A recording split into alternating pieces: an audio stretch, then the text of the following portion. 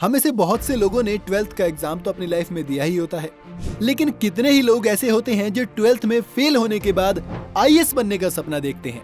शायद कोई भी नहीं। अगर कोई देखता भी है तो ये समाज उसको हंसी का पात्र बना देता है। लेकिन आज हम अपने इस वीडियो में एक ऐसे शख्स की कहानी बताने जा रहे हैं जिसने 12वीं फेल होने के बाद भी हार नहीं मानी और अपने सपने को पूरा करके दिखाया। यहाँ हम बात कर रहे हैं महाराष्ट्र कैडर के आईपीएस ऑफिसर मनोज कुमार शर्मा की, जो इस वक्त मुंबई पुलिस में एडिशनल कमिश्नर की पोस्ट पर तैनात है। ये मध्य प्रदेश के मुरैना जिले के पास एक छोटे से गांव के रहने वाले हैं। उत्तर भारत की शिक्षा का हाल आप सभी जानते हैं। इन्होंने नकल के सहारे किसी तरह 10वीं 3rd क्लास से किसी तरह पास कर ली। 12वीं भी नकल के सहारे पास करना चाहते थे, पर शायद ये इनकी किस्मत को मंजूर ही नहीं था। इनकी 12वीं की परीक्षा के दौरान वहाँ किसी नए एसडीएम की पोस्टिंग हुई थी, जिनको एक शिकायत मिली थी कि यहाँ पेपर के समय काफी नकल होती है। तो एसडीएम ने अपना डेरा इनके ही स्कूल में डाल दिया, जिस वजह से वहाँ पेपर दे रहे कई बच्चे फेल हो गए। सब बच्चों के अंदर एसडीएम के खिलाफ गुस्सा था, पर वहाँ खड़े मनोज के मन में एसडीएम की पावर को देख एसडीएम बनने की इच्छा हुई और उसने तय कर लिया कि अब कोई भी पेपर पास करना पड़े या कुछ भी करना पड़े, वो एसडीएम बनकर रहेगा। कैसे शुरू हुआ एसडीएम बनने का सफर? मनोज ने एसडीएम बनने का फैसला तो ले लिया था, पर अब उनको ये नहीं पता था कि एसडीएम बनने के लिए करना क्या पड़ता है। तो उन्होंने अपने टीचर से सारी जानकारी लेना शुरू किया। तब उनको पता चला कि एसडीएम बनने के लिए एमपीपीएससी का पेपर पास करना पड़ता है। तो उन्होंने गाँव से सामान बांध ग्वालियर की ओर चलने का फैसला किया। वहाँ उन्होंने 12वीं और ग्रेजुएशन को पूरा किया। वहाँ किसी ने इनको बताया कि एसडीएम से बड़ी पोस्ट तो आईएएस की होती है। तो इन्होंने तय किया कि अब तो इनको आईएएस बनना है। दिल्ली में कैसे संघर्ष किया? वो किसी तरह अब संघर्ष करके दिल्ली तक आ गए। यहाँ आकर भी पैसों की जरूरत थी, तो बड़े घरों में कुत्ते टहलाने का काम मिल गया। वहाँ 400 रुपए प्रति कुत्ते का खर्च मिल जाता था।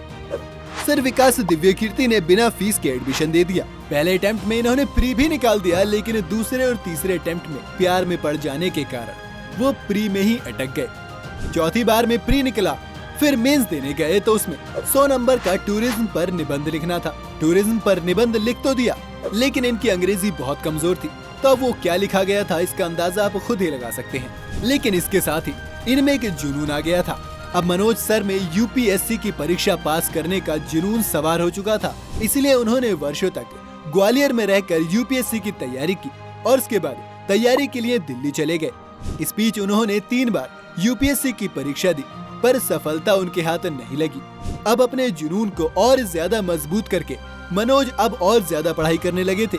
वो घंटों तक लगातार पढ़ते रहते और उनके जानने वाले और परिवार वाले उन्हें कहने लगे कि यूपीएससी उनके बस की बात नहीं है, इसलिए उन्हें अब घर आ जाना चाहिए। पर मनोज का यूपीएससी परीक्षा पास करने का जुनून अब मानो पहले से भी और ज्यादा बढ़ गया था।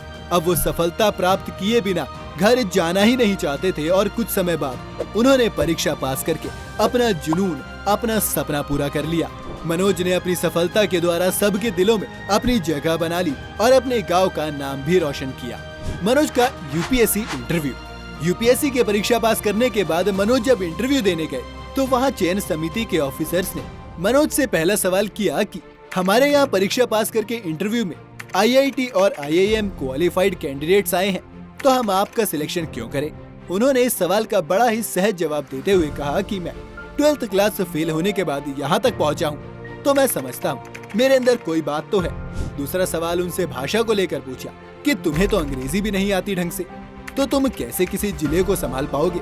ये सवाल सुनकर वो थोड़ा सा घबरा गए। जिसके बाद मौजूद एक चयनकर्ता ने उन्हें पानी पीने को कहा, तो उन्होंने मना करते हुए कहा कि मैं ये पानी नहीं पी सकता, क्योंकि मैं स्टील के गिलास में पानी पीता हूँ और ये गिलास कांच का है। तो चयनकर्ता ने कहा कि उससे क्या फर्क पड़ता है, मेन पॉइंट तो पानी पीना है। तो उन्होंने जवाब दिया कि मैं भी तो यही कह रहा हूँ। ये जवाब सुनकर इंटरव्यू में उनका सिलेक्शन हो गया। आज कई सारे स्टूडेंट मनोज के इस संघर्ष से मोटिवेट होते हैं कि किस तरह मनोज ने एक जिद पकड़कर अपने सपने को पूरा किया और आज वो मुंबई पुलिस कमिश्नर का पद प्राप्त किया है। दोस्तों, इसलिए कहते हैं ना, जिंदगी में अगर जुनून है तो कोई भी सपना छोटा नहीं है। अगर आपके पास भी कोई ऐसा ही सपना है तो आपको सिर्फ चाहिए तो उस सपने को पूरा करने का जुनून। अगर आपको आज की ये वीडियो पसंद आई हो तो इसे लाइक और शेयर जरूर करें। साथ ही अगर आप चैनल पर नए हैं तो आप इसे सब्सक्राइब करना और अपने दोस्तों के साथ इस कहानी को शेयर करना बिल्कुल ना भूलें।